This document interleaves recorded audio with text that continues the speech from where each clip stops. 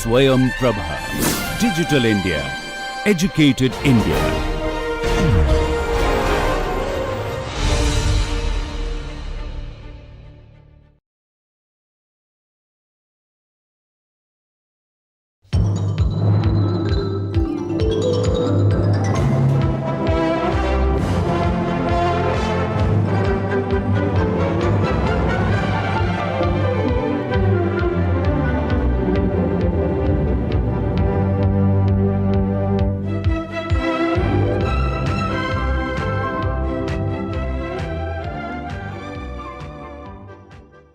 To your attention is this word interdependence. Interdependence of technology, interdependence of tasks, and this word interdependence within categories, between categories, amongst categories creates its own type of structures. I have been talking of interdependence amongst technologies. Let's look at interdependence amongst tasks. Thompson has talked of the same kind of mediating long linked intensive interface in tasks to create different types of structures. Mediating type of interdependence by task would lead to pooled interdependence. Example would be commercial banks. Long linked sequential interdependence, example would be assembly line automobile. Intensive interdependence, reciprocal interdependence, general hospital. And I have already explained to you the case of anesthesiology with surgery to help you to see how there is total interdependence. In fact, if the patient starts coming to consciousness while the surgery is on, the anesthesiologist is supposed to swing into action. Not only there, he is supposed to keep track of the pulse, he is supposed to keep track of the general condition of the body while the surgeon is focusing on the actual operation. It is not the responsibility of the surgeon to watch the heartbeat. A perfect example of interdependencies of tasks, how your success in one area depends upon the kind of support you get from another area. Technology and structure, as Perot defines it, is based on degree of non-routineness, task variety, task coping difficulties. Now, I have created a matrix here of task variability and task coping difficulty. Task variability can have few exceptions, many exceptions. So, these are the two classifications on the y axis. Task coping difficulty have two categories on on the x axis, that on the y axis the two categories would be high task coping difficulty and low task coping difficulty. So, if you combine two categories on the x axis and two categories on the y axis, then in terms of task coping difficulty, the combination you will get is craft work, non-routine work. Craft work means high task coping difficulty, few exceptions, many exceptions, and high task coping difficulty, which will mean non-routine work. Similarly, low task coping difficulty and few exceptions, routine engineering. Low task coping difficulties and many exceptions, engineering technology.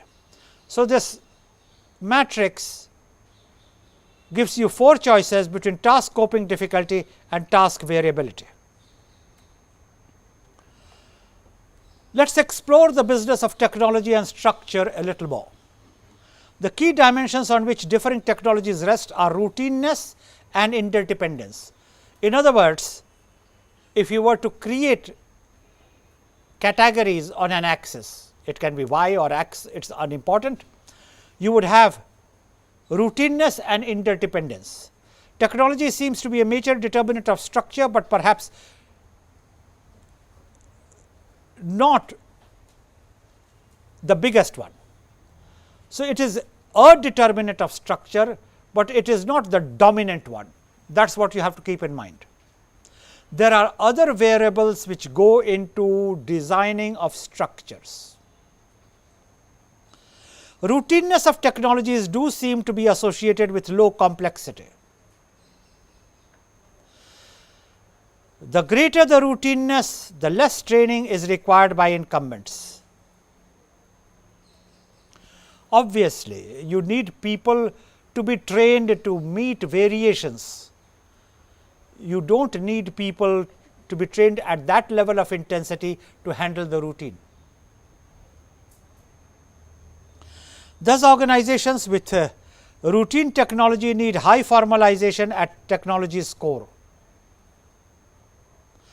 Routine technology goes with centralization if formalization is low. Otherwise, with high formalization and routine technology, we can easily have a decentralized structure.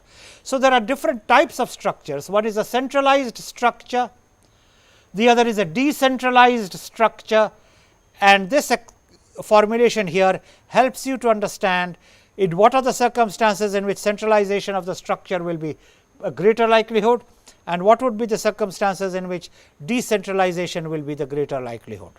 Routine technology will go with centralization if formalization is low. Otherwise, high formalization and routine technology can easily have a decentralized structure. How new technologies are affecting organization and workflows. New information technologies are radically transforming organizational structure and strategy. You have already been referred for your reading to the chapter on organization structure and IT in organization development systems, but that is independent of what I am telling you here. Staff members find themselves using a much more elaborate network of communication that includes both personal contacts and task related interactions, and this itself leans upon enabling ITs.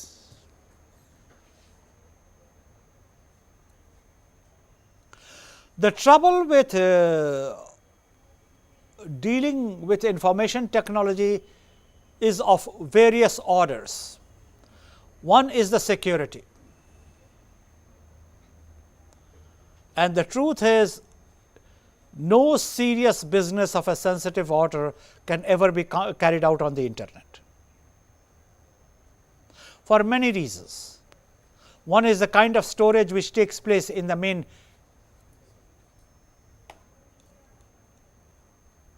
devices. Let us use an everyday parlance for it. There will be a server where that information will be located, and that can always be tapped, and you do not want that. And scrambling does not necessarily create non-vulnerability. The second is use of IT anywhere creates very many different types of interdependencies.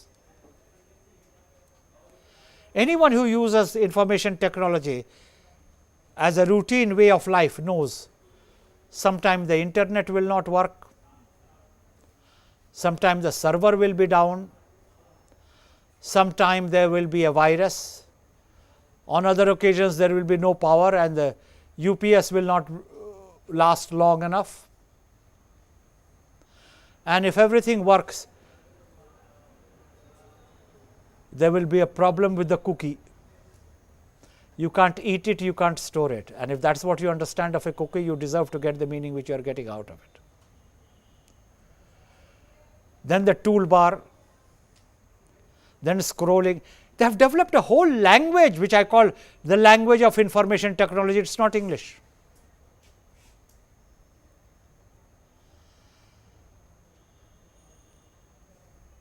The only type of virus I knew at the age of 20 was what the doctor said when you had cold. Now, I find that even the computers have virus. The whole vocabulary has changed, but the level of sophistication of IT has not measured up to business requirements. Nevertheless, IT, like any newfound fashion, is a great fad. As we discuss the subject matter today, IT is not fit for any hypersensitive exchange of data or decision making in business.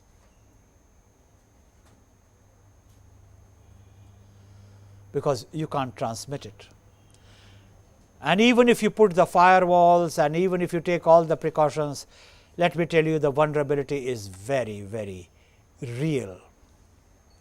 If I was teaching you IT, I would have gone into the different types of vulnerabilities which exist. And if you have any idea of how financial companies work, they have nightmares in transferring data from one location to another, especially sensitive data on investments, and what are the extraordinary kind of precautions they have to take, and even then sometimes it goes wrong. The long and short of it is, technologies are affecting organizations and workflows. Remember, all that is being said with reference to what affects organizations and workflow. And transference of information and data is a very important requirement of organization management. The job of managers can become more flexible and the time available for getting work done increased by the use of IT. But by the same token, the concept of working hours was ruptured and people started carrying work home. It entered not only the bedroom,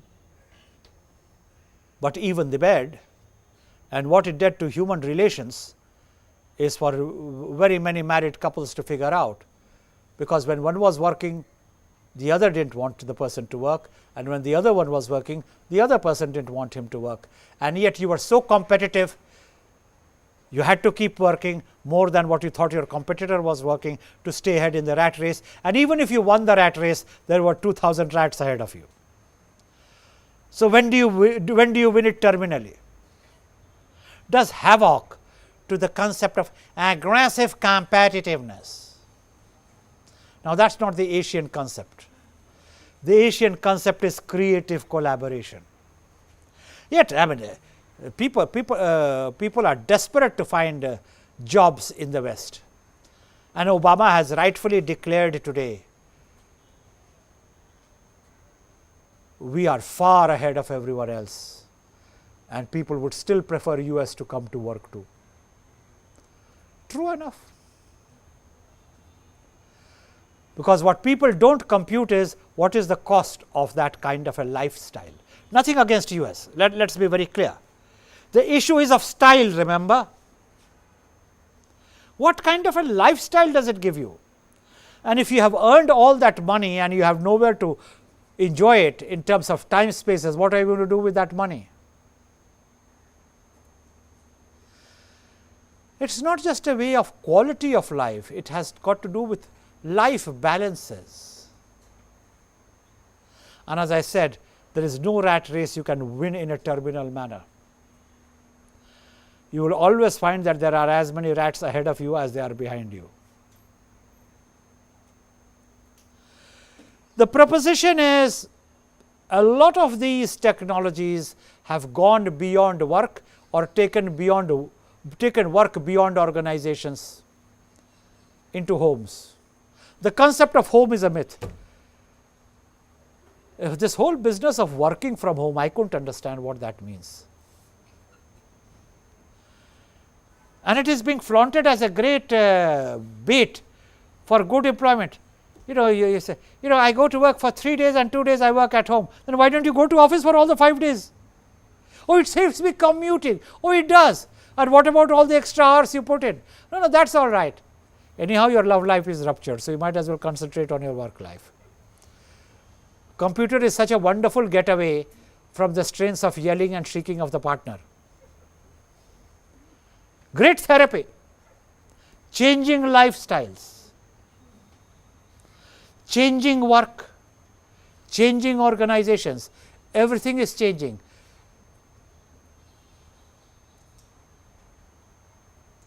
When I was in my 20s or 30s, cookies were for eating. Now they are for locating. God knows what happened to the cookies I used to eat. And you feel very proud. In fact, you are not an in thing if you do not carry that. They talk of the laptop and the palm top I am talking of the pocket top. The real computer should be no bigger than this. You should be able to open it and work it with a magnifying glass, because your finger is too big to work on the keyboard. The day we achieve that breakthrough, then we will make sure you can work on the computer even while you are eating. You know, you will eat with your left hand and work on the computer with the right hand. Glory be to profit making. Nothing against it. Profits are very important. Style. The important thing is the style. What does technology do to your style? So, the purpose is not to share with you anything other than to explain to you how technology affects organizations, workflows, structures and styles. The job of members became more flexible, whatever that word means. You know, flexible is such a popular word these days, God bless. And the time available for getting to work increased.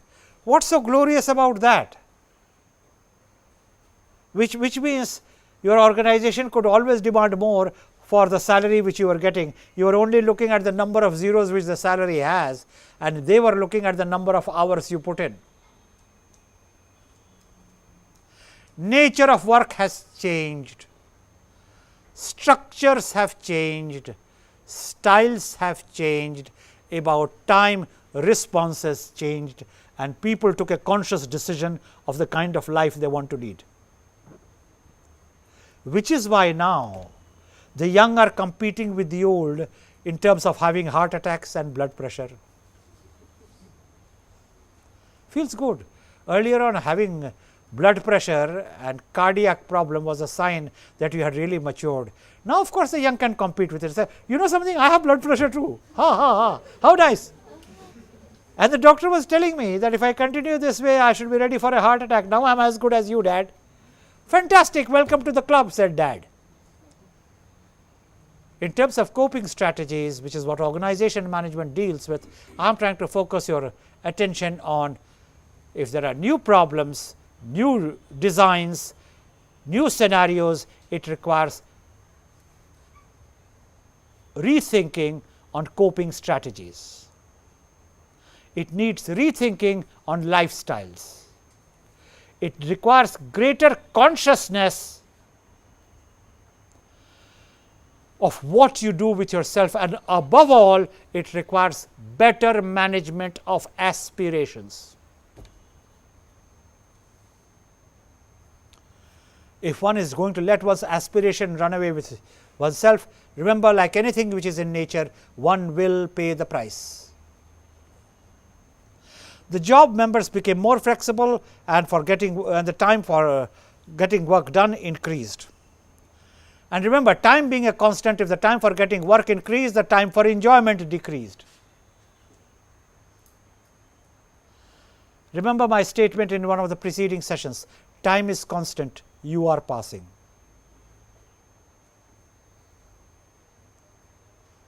You are passing because you began at a given point of time, you will go at a particular point of time, and the number of minutes and hours between your beginning and end are marked. They will not stretch. No technology will multiply it. Therefore, how you spend your time and where you spend your time is absolutely critical. Sorry. Technology has to do with individuals, technology has to do with groups, technology has to do with industrial relations, technology and organization structure. A study by Joan Woodward has been referred to in the preceding classes, and it continues to be a seminal book, though somewhat dated. It continues to determine a lot of perceptions.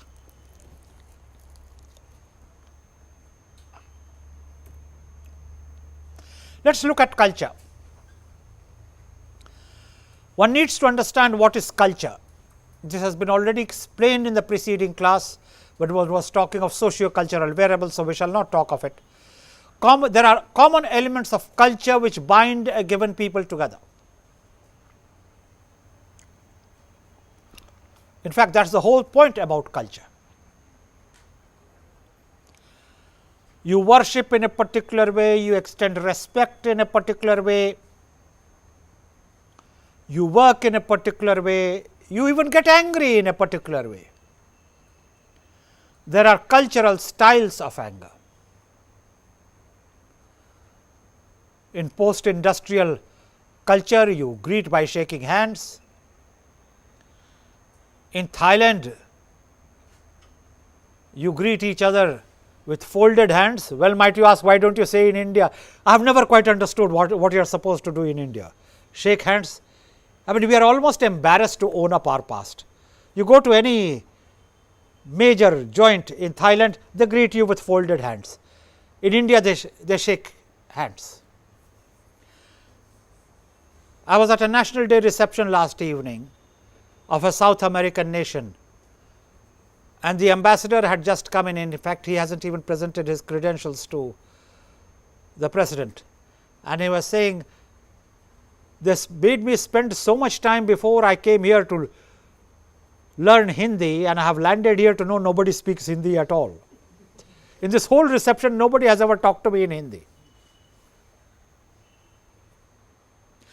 No comments. But whatever you may say, India is a great land. Whatever you may say, our greatness is duly registered. Determinants of culture, dimensions of culture, characteristics of culture, how cultures are analyzed, maintaining culture, organizing culture and effectiveness. These are different dimensions of impact of culture.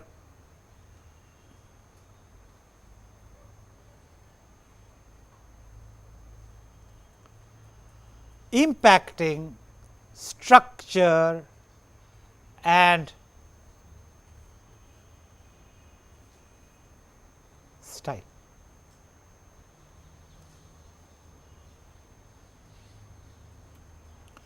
What is culture?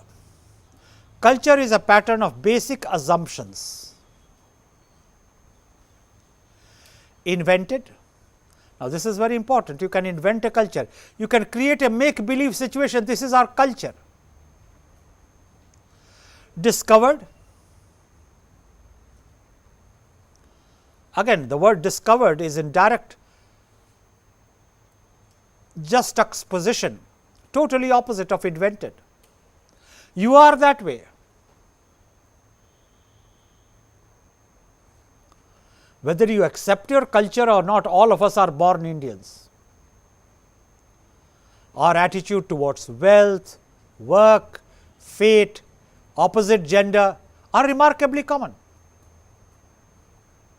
To say that unification of India needs a political framework is something I won't like to comment upon. The basic Indian unity is a cultural unity. You talk to a Christian, you talk to a follower of Islam, you talk to a follower of Hinduism, you talk to the follower of any religion which is Indian, they will all say Kismat, fate, what do you do?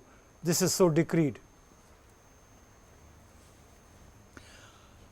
There it does not matter how you believe your soul will be saved. So, culture has to be discovered, and I must hasten to add, there is no such thing as a right culture or a wrong culture. Remember what I said, India is a great land, and it will need more than a few generations to take away from the greatness. It is intellectually blessed with a heritage which, no matter how sued you become, will be always a source of knowledge management. The finesse of our art and culture, the finesse of our mathematical formulations, the refinement of our science and technology is unsurpassed even today. It is another matter, it will be fashionable not to refer to it because some people do not want to believe it. Good luck to them. But India's greatness is not in need of anybody's certification. Another matter altogether. But culturally, how many of us want to own up even A communist country like China owns up with its culture as only China can. And anything to do with tradition is not only preserved, but is celebrated. It is not for nothing that China came into its own a few decades ago, and today it is number one in many, many ways of life. Its ability to combine technology with tradition, its ability to work with discipline, its ability to have a single goal focused approach,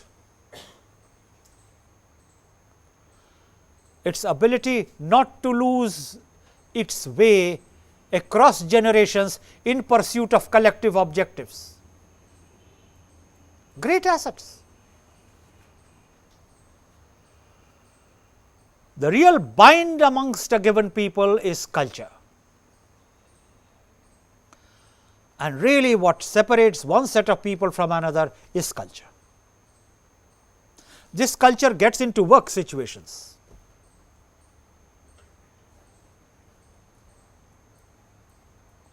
The kind of legalism which we practice in India,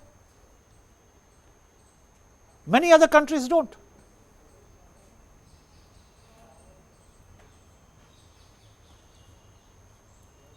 There was this certificate being issued by an international body headquartered in Manila, authorizing somebody, and it simply said so and so is authorized to represent this organization for all legal purposes in his environment, etc., etc. So, he went back and said, but you have not said so and so, son of so and so, resident of so and so. So, the answer was that is the way you may draft it in India, that is not the way we draft it in Manila. Because here if it is V.S. Sinha, 7 V.S. Sinhas will sprout to draw the benefit. Then they will have to find out whose father was who. And even then they will find that 3 of the fathers had same names. So, they will have to name the village, and even then discover that 2 such villages exist. So, they will have to give the year of birth. Look at the legalism and the complications we create because of a simple ability to keep life simple, simple inability. Culture.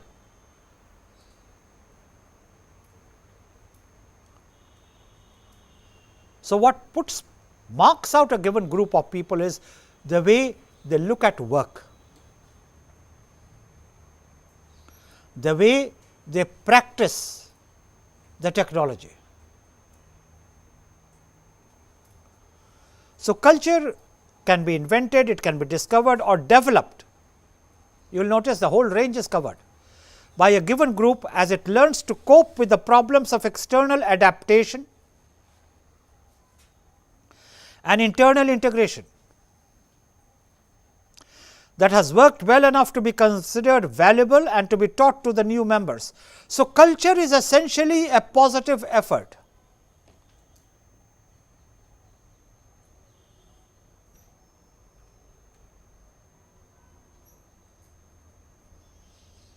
Culture is something which is passed from one generation to other. How you refer to elders,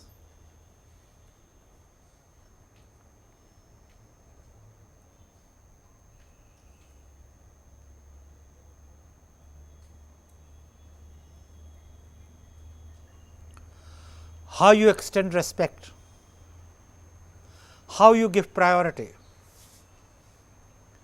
how you manage gender relationships, indeed what kind of abuse you use and where and how. It covers the entire gamut. The type of culture we are talking of is work culture. We have already discussed the socio-cultural variables. How do you look upon work? And your approach towards work will be very largely determined by how you look upon wealth. Basic elements of culture are beliefs, values, attitudes, artifacts, language, behavior patterns, norms of behavior, ethical codes.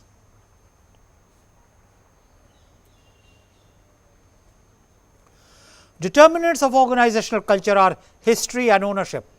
Ownership does not mean here a deed. Ownership means what you identify with.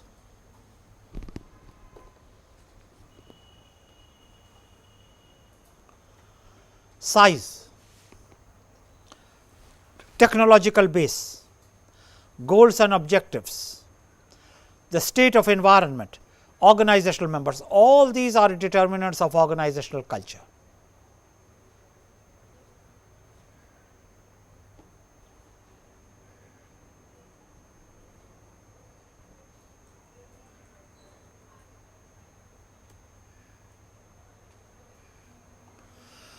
There are different dimensions and typologies of culture.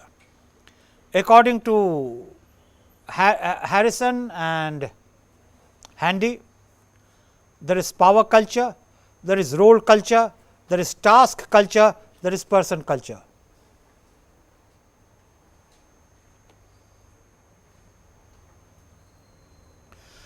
According to Deal and Kennedy typology, there is the tough guy macho culture, there is the work hard, play hard culture, there is bet your company culture, there is the process culture. Now, again these typologies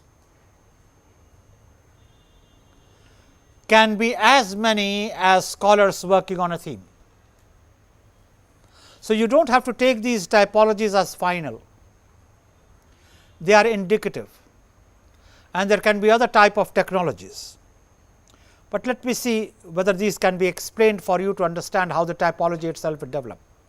Harrison suggested 4 types of organizational culture called power, which has to relationships with role, task and person. Later Handy reworked describing 4 cultures using simple pictograms and making references to Greek mythology, and I will walk you through that.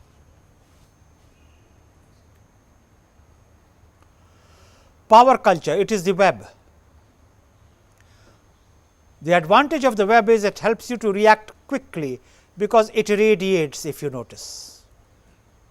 This is one circle and there is an outer concentric circle. The disadvantages are not feasible for large and complex organizations. It can't adjust to changes in leadership.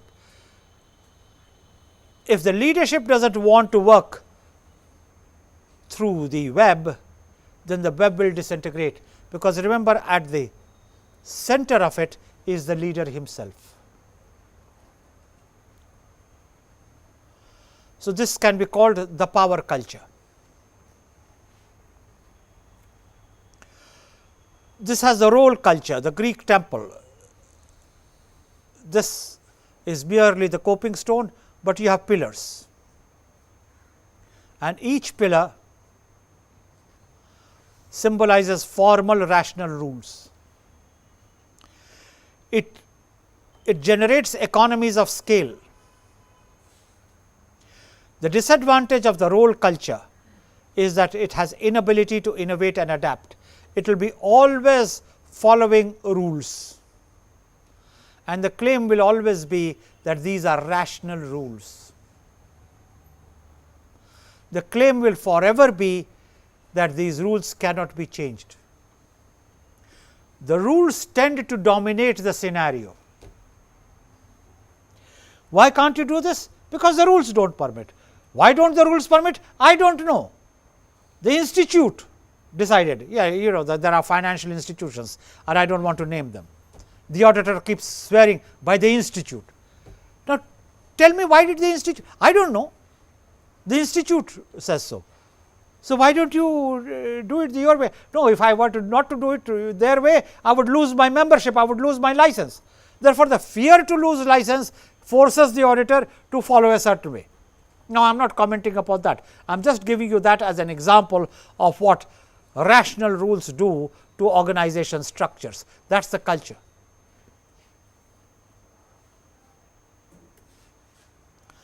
Then there are task cultures, the lattice. What are the advantages? It emphasizes technical expertise rather than formal authority.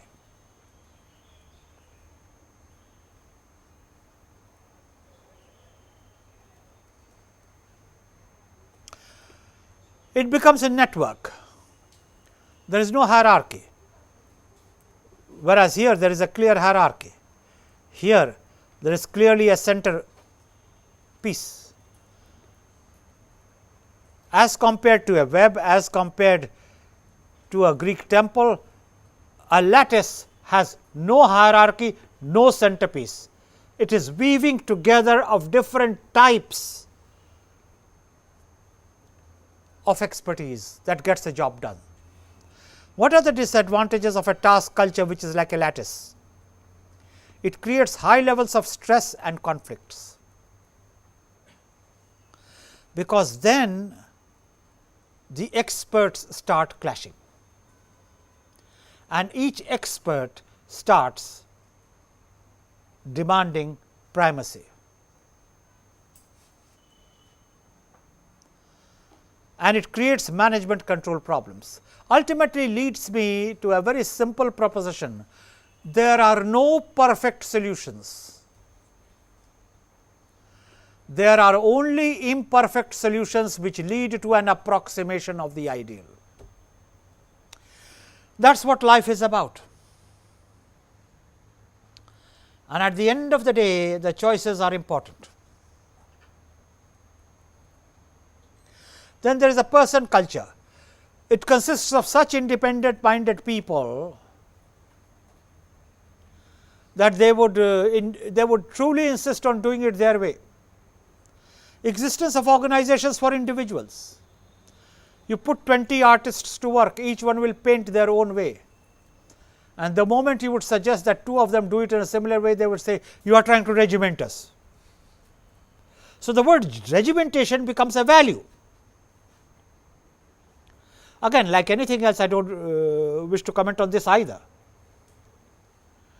All I am trying is to help you to understand how many different types of organizational cultures there can be. Remember, we are not talking of fashions, we are not talking of styles of apparel, we are not talking of styles of talking, we are talking of styles of work,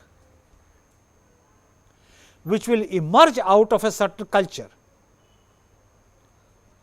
Never forget the theme which we are talking of today: culture, environment, structure, style. These are the 4 variables. Their permutations and explorations is the subject matter of discussion. The difficulty with only individuals in an organization is they are difficult to manage.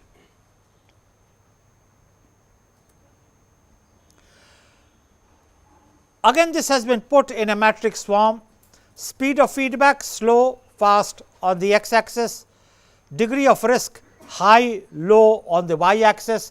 You combine high risk with slow feedback, then you are betting your company. If you are combining high risk with fast feedback, you are the tough guy. You want instant results.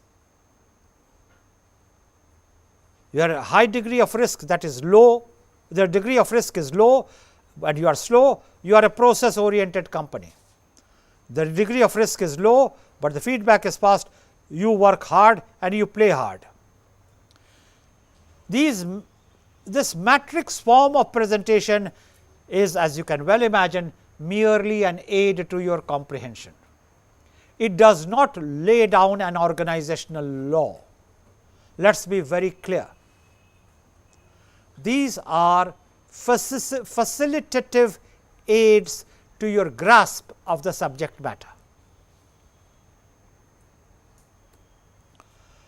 The tough guy and the macho culture means high risk, rapid feedback culture, focus on speed and the short term, places enormous pressure on an individual, burnout is a common problem, internal competition, tensions and conflicts are normal, tends to have a high turnover of staff. The examples are Xerox, McDonald's.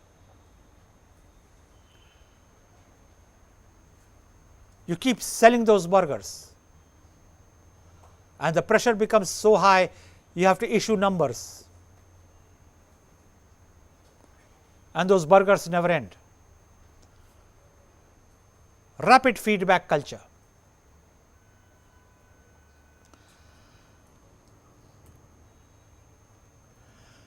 The work hard, play hard culture, low risk, quick feedback culture, highly dynamic and customer focused, tendency for volume to displace quality, pursue quick fix solutions when things go wrong. The examples would be Silicon Valley companies, IT companies.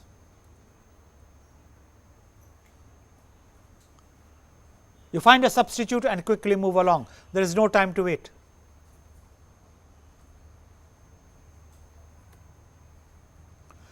Bet your company culture. This has high risk and low feedback. Focused primarily on future, decision making tends to be top down. It requires respect of authority and technical competence, strength to deal with high pressure decisions, good at producing high quality inventions and scientific breakthroughs. The examples would be Boeing and Shell. Remember, in management, no discussion is complete unless you show the application and produce the illustration. It is a field discipline. Management does not work on simulation, because you will discover very soon, especially those of you who do not have field experience, that field has many more surprises than what theory can explain. To go back to an adage, truth is often stranger than fiction. The process culture means low risk, low feedback culture. Focus on how to do rather than what to do. This is the exact meaning of process, how, not what. It is orderly, punctual and attends to details. Emphasis on job titles and formality. Effective when dealing with known predictable environment. It does not work very well when the environment is in a state of turbulence. So, see how environment influences structure. The process culture will not work well in a turbulent environment. Unable to react quickly, lack of vision and creativity. Examples are banks, insurance companies, civil services. Obviously, there are exceptions everywhere, and those exceptions need to be registered. Therefore, what are the characteristics which a culture could impart to an organization? What kind of style? Culture could make an organization innovation and risk taking. It could help outcome orientation. It could help team orientation. It could affect stability. It could increase aggressiveness. It would make sure the dominant values prevail and dissent is reduced. It has tremendous attention to detail. Culturally, you liked the details. How is the table laid? How is the fork, knife, spoon? Is it in sequence? Is it not in sequence? Is it in sequence in which the service will come, or is it independent of it? Everything needs coordination. It is important to recognize that culture needs to be analyzed, and its relationship with the structure and style, something which I have already been explaining to you, is seen in greater detail. I will come back to you with this shortly.